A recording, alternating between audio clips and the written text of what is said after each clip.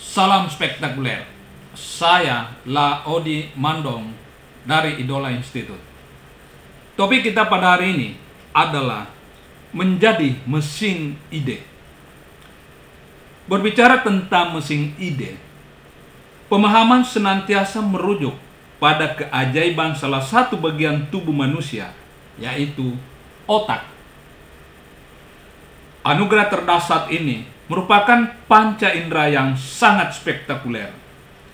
Terletak di dalam kepala dengan volume sekitar 1350 cc.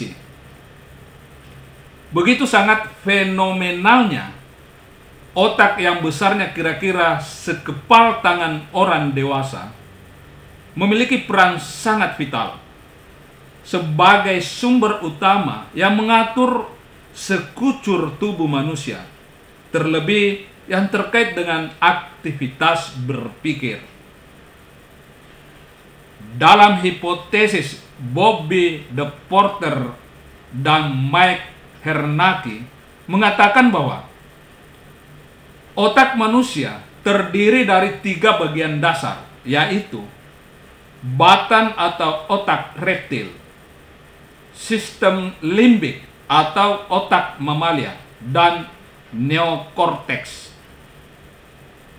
Ketiga bagian otak tersebut, neokorteks adalah merupakan bagian otak yang menyimpan kecerdasan yang paling tinggi.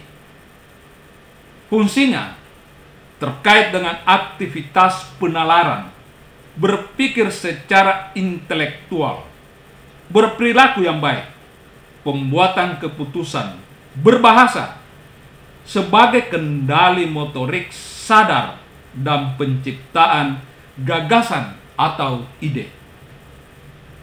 Namun fakta agak sulit untuk dipungkiri bahwa seringkali orang mengalami kondisi tidak memiliki ide.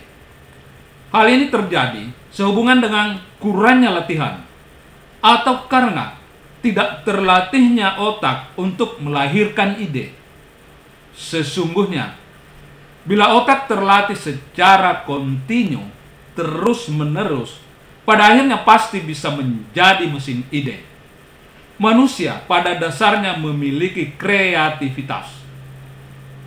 Pertanyaannya adalah, bagaimana agar kreativitas yang dipunyai berfokus pada hal-hal yang positif? Sehingga dengan demikian, otak yang memiliki keajaiban spektakuler tentu membutuhkan strategi agar bisa menjadi mesin ide yang produktif.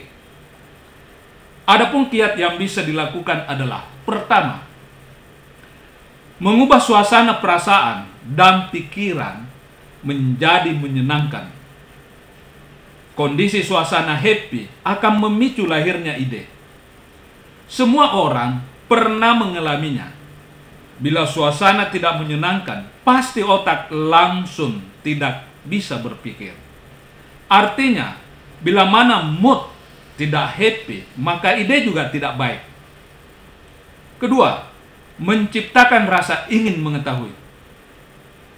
Teramat penting menumbuh kembangkan sikap selalu memunculkan pertanyaan. Karena kualitas pertanyaan memiliki korelasi dengan kualitas pribadi seseorang. Oleh karenanya, biasakan selalu bertanya dengan pertanyaan kunci. Kenapa bisa begini? Kenapa bisa begitu? Sebenarnya dengan pertanyaan yang hanya bersifat sederhana akan menjadikan otak terlatih sehingga otak bisa memiliki kepekaan dan semakin kreatif. Ketiga, menerapkan konsep amati, tiru, dan lakukan modifikasi. Kembali ke pembagian otak. Selain 3 bagian yang telah disinggung sebelumnya, ternyata otak juga memiliki 2 belahan penting, yaitu otak kiri dan otak kanan. Otak kiri cenderung bersifat linear, logis, rasional, dan sekuensial. Otak kanan bersifat tidak teratur, acak, holistik, dan intuitif. Kedua belahan otak itu teramat penting dalam kaitannya dengan kecerdasan, dan tingkat kesuksesan.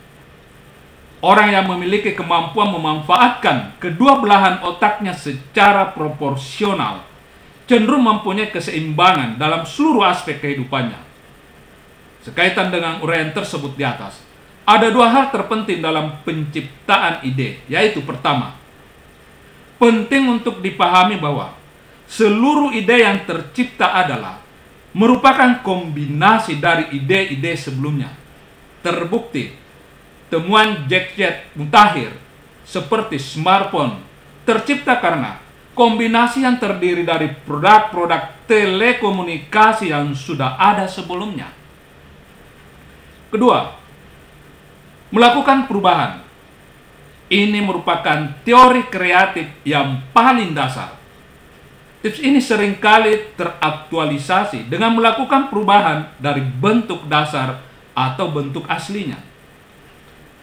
Caranya bisa dengan membesarkan atau mengecilkan, meninggikan atau memendekkan, melebarkan atau menyempitkan, dan sejenisnya. Jadi intinya adalah, agar otak menjadi mesin ide, penting adanya pembiasaan. Otak teramat penting untuk dibiasakan aktif dengan cara di atas, atau mengikuti tips dan strategi sejenis yang telah teruji, agar semakin produktif sebagai mesin ide. Salam spektakuler. Saya Odi, terima kasih.